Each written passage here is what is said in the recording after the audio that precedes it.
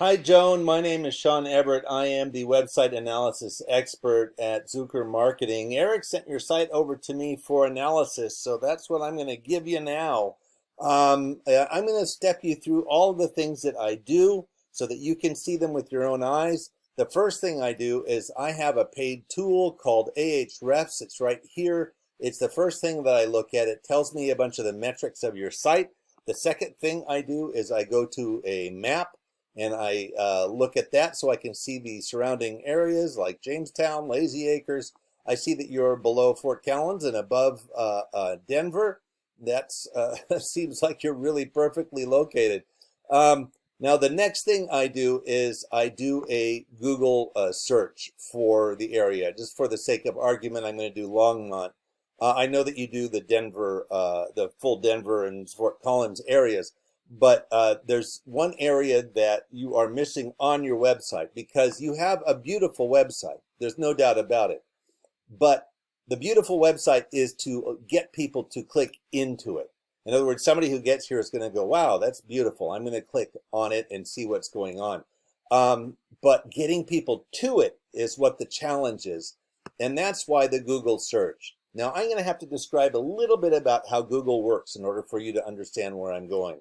The first thing that you're going to see is this. This is what we call the map pack because it is attached to a map. Not very creative, I know. But that's the truth. It's called the map pack.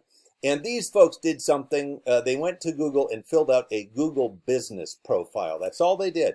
And the Google business profile is like a Facebook profile. Now, you may have done it, but I'm telling you that they did it more thoroughly. So go back and review that. They're going to ask you what year you started your business, what's your actual address, what the website, what are your daily hours. There's a tick boxes that you can use for on-site services, online estimates, whatever is relevant to your business. Make sure that it is filled in. And if there are any blanks in there that you're not sure what to put in them, put something in them, and that will show the Google algorithm that you are thorough and very serious about being in their web results, because the Google algorithm doesn't really care how good of a business you are. They only care about how good of a website you have. That's what they consider relevant to their search customers. You could have awards, you could have customer service, with people just singing your praises, and the Google algorithm is still only going to base it upon numerical outcomes of your website. Now, here underneath the map pack is what we call the organic search results. These ones are folks who didn't do necessarily anything. In this case, they actually happen to be up here at Greenpoint is there, and they're here also. You can be in both places. That is a huge plus. Columbine did the same thing. Columbine Roofing and Solar, that's them there and here. So you can be in both places, and that would be ideal for you because here in the Google search, I'm going to just scroll down. Watch this. There, bounce. It bounced to a stop here at the related searches. Now, if I wait a second, there's more below it. But most people scroll down, and anything above that is what they're going to click on next. Now, to get you to this area, and I'm going to show you exactly why it's important, you need to do a couple things to your website in order to get it to comply with the Google algorithm. Now, the first thing I'm going to do is I'm going to cut and paste your website into this word counter. Let's see if it'll work this time. Come on, baby. There we go.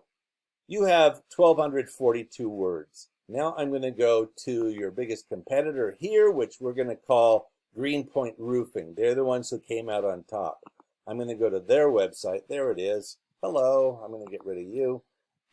Next is cut and paste into a different word counter. And there's their website. Oh no, that was yours again. Somehow my computer is really messing up.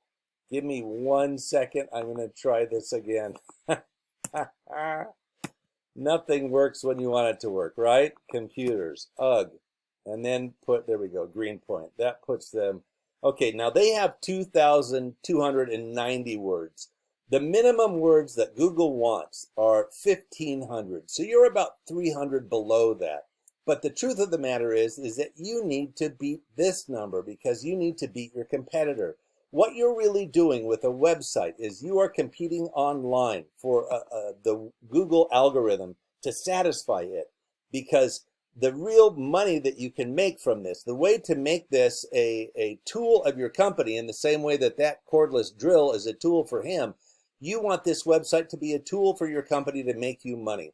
And right now it is not doing so much. Let me show you what I'm talking about. Here's that paid tool that I was telling you about, Ahrefs. Now, the first thing I'm going to show you are the words, because that's what we were just talking about. These are keywords. These are your keywords, 356.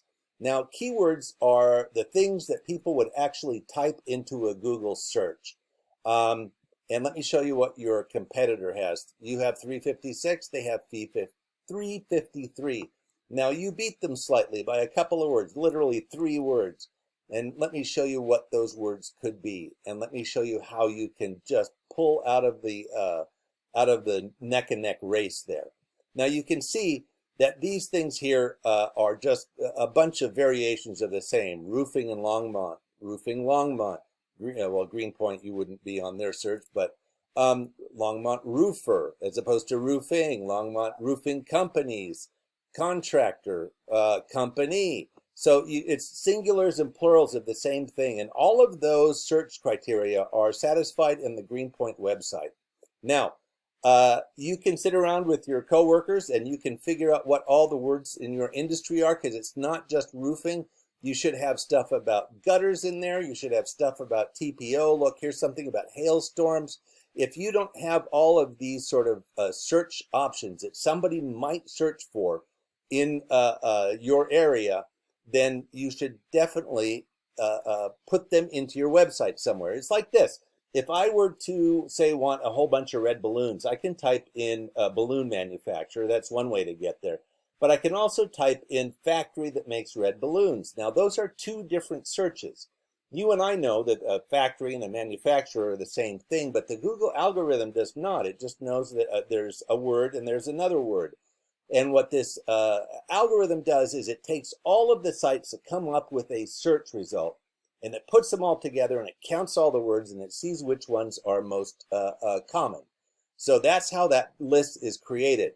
So you need to get as many of the keywords into your site as you can.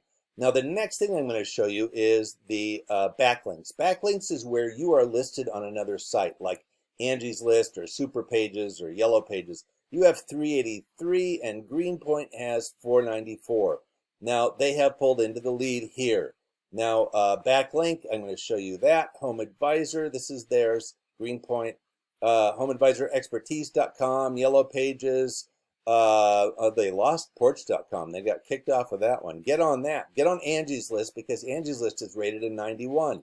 You want to be on all the sites that are rated, say, 70 and higher. Now, those are the most valuable sites. So the fact that they are a few ahead of you, you can change the balance of power there by getting on other sites that are highly rated.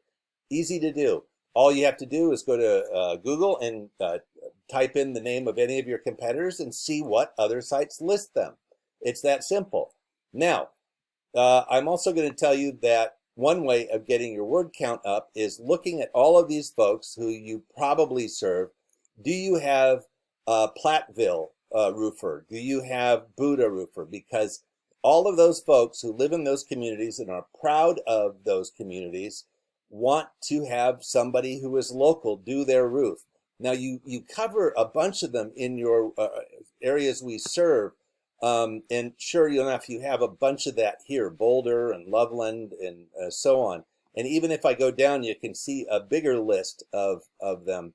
Where was that list? I saw it before.